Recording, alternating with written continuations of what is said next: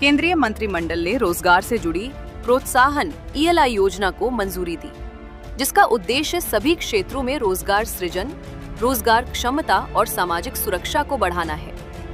योजना के तहत पहली बार काम करने वाले कर्मचारियों को 2 किस्तों में 1 महीने का वेतन 15,000 तक मिलेगा और नियोक्ताओं को अतिरिक्त रोजगार पैदा करने के लिए प्रोत्साहन दिया जाएगा। ELI योजना का लक्ष्य 99,446 करोड़ रुपए के परिव्यय के साथ 2 वर्षों में 3,430 करोड़ से अधिक रोजगार सृजन को प्रोत्साहित करना है, जिसमें 1.92 करोड़ लाभार्थी पहली बार कार्यबल में प्रवेश करेंगे। योजना का लाभ 1 अगस्त 2025 से 31 जुलाई 2027 के बीच सृजित रोजगार पर लागू होगा, जिसमें भाग ए पहली बार काम करने वालों पर और भाग बी नियोक्ताओं पर केंद्रित है। भाग ए में पहली बार काम करने वाले कर्मचारियों को EPS वेतन 15,000 रुपए तक 2 किस्तों में दिया जाएगा और वित्तीय साक्षरता कार्यक्रम पूरा करने के बाद दूसरी किस्त देय होगी।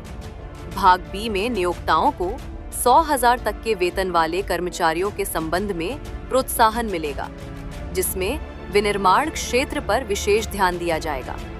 सरकार नियोक्ताओं को कम से कम 6 महीने तक निरंतर रोजगार वाले प्रत्येक अतिरिक्त कर्मचारी के लिए 2 साल तक 3,000 प्रति माह तक प्रोत्साहन देगी।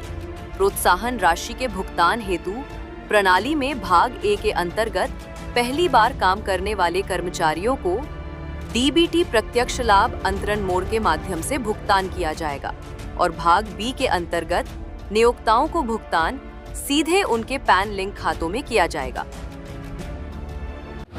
माननीय प्रधानमंत्री जी की अध्यक्षता में अभी एक बहुत ही अहम जो है स्कीम का जो है अप्रूवल हुआ है, उसका नाम है एम्प्लॉयमेंट लिंक्ड इंसेंटिव स्कीम, जिसे हम शॉर्ट फॉर्म में ELI स्कीम कहते हैं। ये जो ELI स्कीम है ये बेसिकली एम्प्लॉयमेंट जनरेशन के लिए है और साथ साथ प्रधानमंत्री जी सोचते हैं कि सभी को सोशल सिक्योरिटी बेनिफिट को एक्सटेंड किया जाए और ये स्पेशली जो है मैन्युफैक्चरिंग यूनिट्स के लिए। और इसके तहत हमारी 2 स्कीम है, स्कीम ए और स्कीम बी।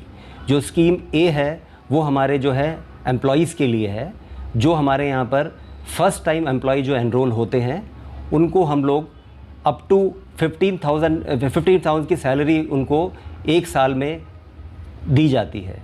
और स्कीम बी के तहत जो है वो हमारी एम्प्लॉयर के लिए स्कीम है, जहाँ पर उन्हें अगले आने वाले 2 साल के लिए उनको समय समय पर इंसेंटिव दिया जाता है, जितनी वो एडिशनल एम्प्लॉयमेंट जनरेट करते हैं।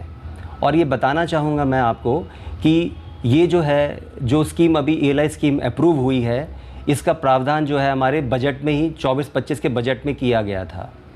उसके दौरान इसके लिए यहाँ पर 2 लाख करोड़ की राशि जो है ये अलग से प्रोविजन किया गया था और इससे ये अनुमान है कि लगभग हमारे पास आने वाले 2 साल के दौरान 3.5 करोड़ की जो है जॉब एम्प्लॉयमेंट जनरेशन होगा।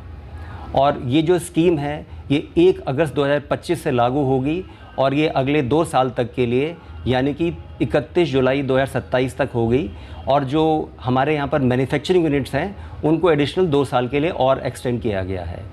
और इसका एक बहुत ही, जैसा कि हमारे मोदी जी चाहते हैं कि भाई जो भी हम लोग इंसेंटिव वगैरह दें वो डायरेक्टली जो है या जो भी कंसर्न पार्टी के अकाउंट में जाए, तो ये भी जो है डायरेक्ट बेनिफिट ट्रांसफ़र उनके कंसर्न अकाउंट में दिया जाएगा, चाहे वो एम्प्लॉयज़ हो चाहे वो एम्प्लॉयर।